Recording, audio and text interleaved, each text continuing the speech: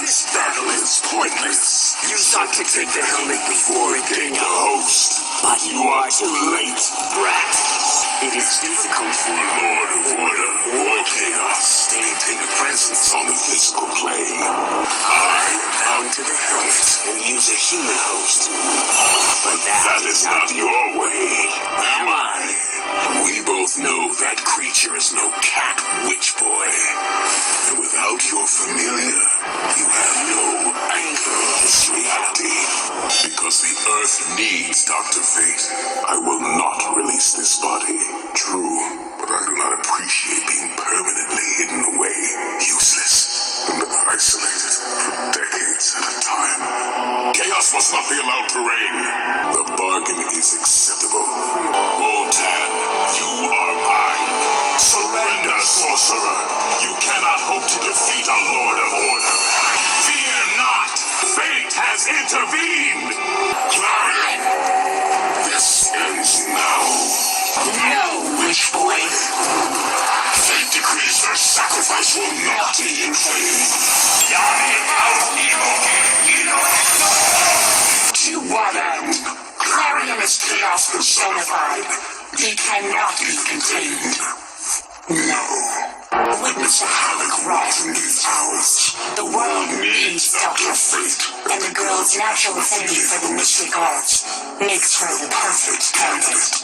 Aunt Nelson did object strenuously, so I released his secret to the afterlife. He is gone. All true.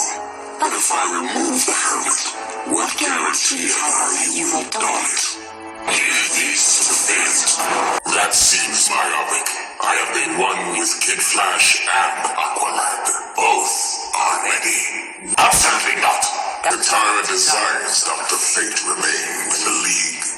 It is true. Zatara's trust in Nabu is measured. He desires the League to maintain a close watch upon us. Where is she? I sense an old soul in this very young body. But who is Fate to judge such things? Child of magic, do you understand the terms of our agreement? Be grateful Nabu grants you this boon at all. Father, why do you tell us what we already know? Nor would they exist if Arion's bloodline, the Homo Magi of Atlantis, had not restored order below the waves. Unlike the Chaos Lords, the Lords of Order rarely descended to Earth. Instead, they would empower a human being to act as their agent. The theory was that a mortal's earthly ties would allow for a greater understanding of the problems that chaos created among humankind. Though perhaps in truth, the Lords of Order simply hesitated to dirty their hands on our chaotic world. Arion was the first such agent, empowered by and for the Lords of Order on Earth. But Chaos's partnership with a mortal, not to mention their sinking of Atlantis, represented a significant escalation of the conflict.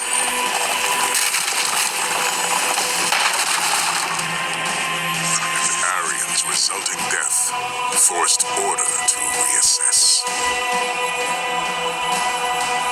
Thus, they took a moment to observe the architect of all this chaos. Varl Shot, soon to be known as Marduk. Daughter of Zatara, you invoke our Ankh and invade our tower.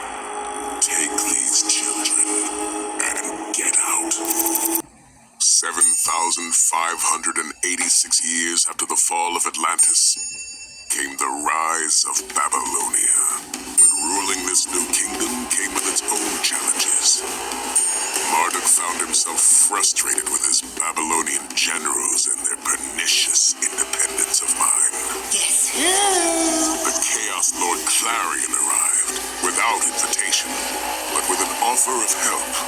Marduk's son Nabu argued fiercely against giving the witch boy free rein. But Marduk, ignoring his son's advice, was intrigued by Clarion's offer.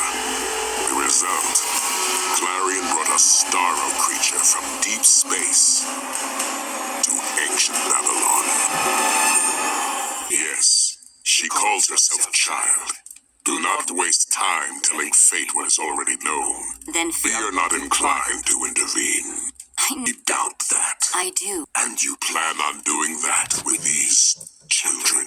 Yes, well, Your sentinels are not ready for this fight. we Let us test that premise. Observe. Marduk was not prepared for the gifts Starro brought. Instantly, it became clear Starro was no solution to Marduk's problems, as the alien creature put the Babylonian army under its own control, not Marduk's. As for Marduk's son Nabu, it was his fate to die, fighting the enemy his father had unintentionally raised. And his death, under these circumstances, left the Lords of Order intrigued. The Babylonians had believed Nabu to be a god of wisdom. He was already in his own way a champion of order, willing to defy his father, Marduk, Chaos's immortal mortal ally upon the earth. What better candidate for Order's purpose? So the Lords of Order recruited Nabu's soul, now free of the limitations of his fragile mortal form. Elevating it to a higher calling, they gave purpose to his once pointless death, revealed the dangers resulting from the chaos of the Clarion-Marduk alliance. Gaining an oath of Nabu's fealty to Order, the Lords forged something new. Not simply an agent of Order on Earth, but a Lord of Order, created from the soul of mortal man. And Nabu's own helmet, the helmet of fate, would act as the anchor for his spirit on the mortal plane. The only thing required was a human host body capable of channeling Nabu's mystic power. Such hosts were not always easy to come by. Yet Nabu became the Lord of Order, known as Dr. Fate, who has for centuries defended this world from chaos. Is this true? Are you ready to enter a battle which could easily cost you your lives? Perhaps they are ready. Still, fate has neither need nor use for them or you, as we have no intention of intervening so long as chaos fights chaos. And thus a single champion was raised by Order to battle chaos in all its forms, so that you may understand why there is as yet no need for us to act. Let the Chaos Lords fight until even the victor has been weakened by battle. Fate will step forward to bring order in the end, as we have done for millennia.